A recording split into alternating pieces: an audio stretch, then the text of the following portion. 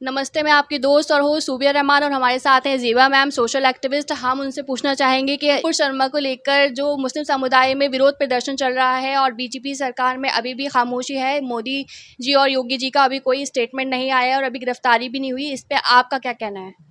जी, बहुत बहुत शुक्रिया, आदाब, नमस्कार, सलाम, सत श्री अकाल। देखिए, आज जो देश में हालात बने हुए हैं और इतने ये बेकसूर युवा गिरफ्तार हो रहे हैं और पूरे परिवार को पीड़ा उठाना पड़ रहा है, कष्ट का समय है। ये सारे जो हो रहा है, ये सभी की गुनहगार जो है वो नुपुर शर्मा है। नुपुर शर्मा ने जब पैगंबर मोहम्मद साहब के शान में गुस्ताखी की, उसके बाद से पूरे समाज में एक बौखलाहट और नाराजगी होना जायज था और देश और विदेश से नुपुर शर्मा के अरेस्ट होने की मांग हुई। लेकिन बहुत अफसोस के साथ ये कहना पड़ रहा है कि सरकार ने नुपुर शर्मा को सिर्फ 6 साल के लिए बर्खास्त किया और ये 6 साल के लिए बर्खास्त करना बिल्कुल काफी नहीं है। नुपुर शर्मा और नवीन कुमार जिंदल को अरेस्ट सरकार कब करेगी, ये मांग हम सब की मांग है और ये मांग अब तक अधूरी है। हम सभी की ये मांग है कि नुपुर शर्मा को कब सलाखों के पीछे भेजा जाएगा और फिर नुपुर शर्मा पर कब यूएपीए लगाया जाएगा, कब एनएसए लगाया जाएगा, कब उन पर कार्रवाई की जाएगी। लेकिन बहुत दुख के साथ ये कहना पड़ रहा है कि भारत की सरकार नुपुर शर्मा को और नवीन कुमार जिंदल को पार्टी से बाहर निष्कासित करके और नुपुर शर्मा पर सिर्फ 6 साल के लिए निष्कासित करके लोगों को बेवकूफ बनाने का काम किया है। ये इतना काफी नहीं है। और एक तरफ दूसरी तरफ उन्हें सिक्योरिटी दी जा रही है। अरे उन्हें सलाखों के पीछे भेजिए। उनके वजह से आजादी के बाद पहली बार भारत का जो मान सम्मान है और गल्फ का खाड़ी देशों से भारत का रिश्ता संबंध जो है वो खराब हुआ है। खाड़ी देशों में भारत के वस्तुओं को उसके मॉल्स में प्रोडक्ट्स को बैन किया गया है और खाड़ी देश नाराज है भारत पर। पहली बार ऐसा हुआ है और इन सभी की वजह जो है नुपुर शर्मा है, जिन्होंने हेट स्पीच दिया है। तो भारत सरकार को चाहिए कि इन्हें सलाखों के पीछे भेजिए और कार्रवाई करे, सख्त से सख्त कार्रवाई करे ताकि एक एग्जाम्पल सेट हो और आगे भविष्य में इस तरह कोई भी हेट स्पीच करने वाले सोचे 100 बार और डरे। लेकिन यहाँ पर हो तो उल्टा रहा है। बेचारे बेकसूर लोग जो सिर्फ मांग कर रहे थे नुपुर शर्मा की गिरफ्तारी का, उन्हें सलाखों के पीछे भेजा जा रहा है। उत्तर प्रदेश में उनके घरों पर बुलडोजर चलाई जा रही है और सरकार जो है बायस्ड होकर कार्रवाई कर रही है। इस कार्रवाई का हम कड़े शब्दों में निंदा करते हैं, कड़े शब्दों में। और कोई बहुत बड़ी बात नहीं है कि जो नमाज पढ़ने में प्रदर्शन किया जा रहा है, पीछे से कुछ असामाजिक तत्व 2-4 अंदर आकर पुलिस पर पथराव कर दे।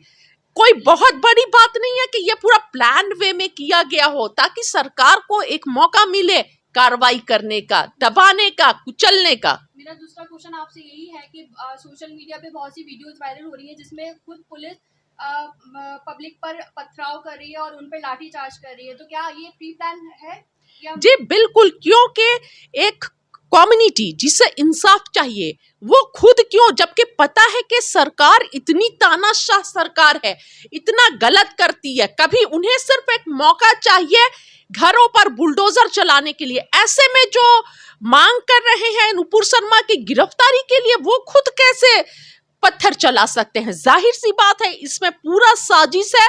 कुछ 2-4 असामाजिक तत्व के लोग खुद उनके अंदर घुस गए, पत्थर चला दिए और पुलिस को फिर मौका मिल गया कुचलने के लिए। और नुपुर शर्मा का जो के साथ जो के गिरफ्तारी की जो मांग हो रही है, उस मांग को दबाकर ध्यान पूरे देश का कहीं और केंद्रित करने के लिए जो लगातार सरकार कर रही है, ध्यान केंद्रित करने का, ध्यान को हटाकर मुख्य बिंदु से कहीं और केंद्रित करने का काम लगातार भाजपा सरकार ये करती आई है।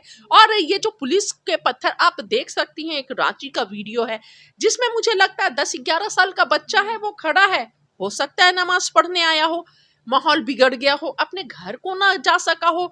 तो पुलिस को चाहिए, अगर पुलिस बायस्ड नहीं होती तो पुलिस को चाहिए था बच्चे को पूछकर बेटा कहाँ से आए हो, घर जाओ, है ना। तो वहां पर छोटे बच्चे पर पुलिस पूरा हमलावर हो रही है, लाठियों से 3-3 पुलिस मिलकर उस बच्चे को मार रही है, पत्थर चला रहे हैं और फायरिंग की जा रही है। तो क्या उम्मीद की जाए इंसाफ की? कि मैं जैसा कि कहना चाह रही थी, बता रही थी कि सरकार को तो एक बहाना चाहिए कुचलने का।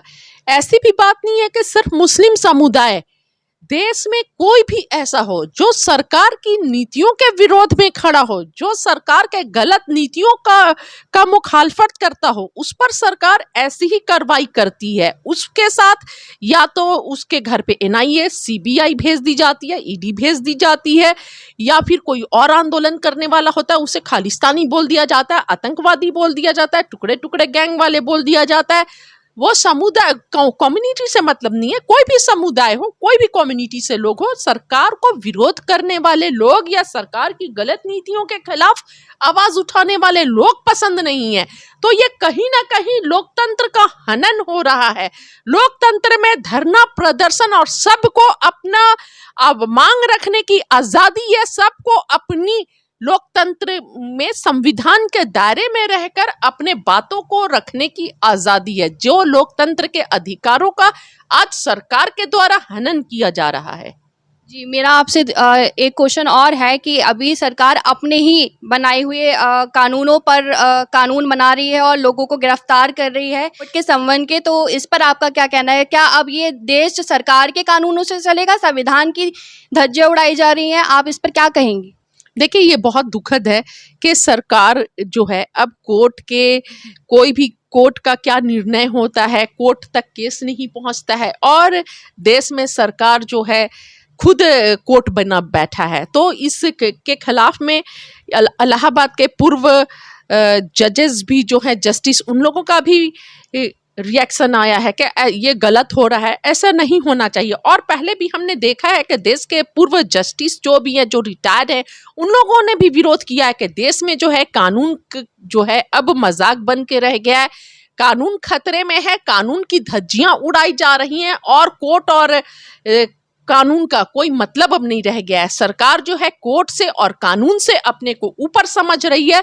ये तभी होता है जब लोकतंत्र को नीचे, लोकतंत्र को दबाया जाता है, तंत्र को जो है बुलडोजर तंत्र बना दिया गया है। कभी कील तंत्र में ये कर दिया गया, कभी लोकतंत्र को चक्के के नीचे कुचला जा रहा है। और देखिए कितनी तेजी में जावेद पंप के घर में बुलडोजर चला दिया जाता है, जबकि वो घर जावेद पंप का भी नहीं था। वो जो घर था उनकी पत्नी के नाम पर था। उनकी पत्नी के प्रॉपर्टी को अब कैसे बुलडोज किया जा सकता है? तो क्या अब योगी सरकार जो है वो पैसे देगी, घर फिर से बनवाएगी? किसी के घर बनाने में पूरे जिंदगी का पैसा लग जाता है, खून पसीने की गाढ़ी कमाई से घर बनाया जाता है, आशियाना बनाया जाता है, लेकिन ये सरकार जरा सा टाइम नहीं लगाती है किसी के बने बनाए घर पर बुलडोजर से निस्तनाबूद करने में। बहुत अफसोस की बात है। और मैं एक बात ये भी बोलना चाहूंगी कि लखीमपुर खीरी के हत्यारे जो हैं, हमारे किसानों के हत्यारे, अजय मिश्रा टेनी को कब बर्खास्त किया जाएगा और आशीष मिश्रा टेनी के घर पर कब बुलडोजर चलेगा? क्यों नहीं अब तक बुलडोजर चला है? क्या यही इंसाफ है भारतीय जनता पार्टी का? क्या नरेंद्र मोदी जी का इंसाफ यही है? एक देश की बेटी और उनकी बेटी जैसी हूं मैं पूछती हूं कि क्या आपका इंसाफ प्रधानमंत्री जी यही है कि एक जगह कहीं गुनहगारों को आश्रय दिया जाता है, गुनहगारों को नजरअंदाज किया जाता है, और दूसरे जगह जिनका कसूर भी नहीं है, छोटा सा मौका भी नहीं मिले, उनके पूरे आशियाने को गिरा दिया जाता है?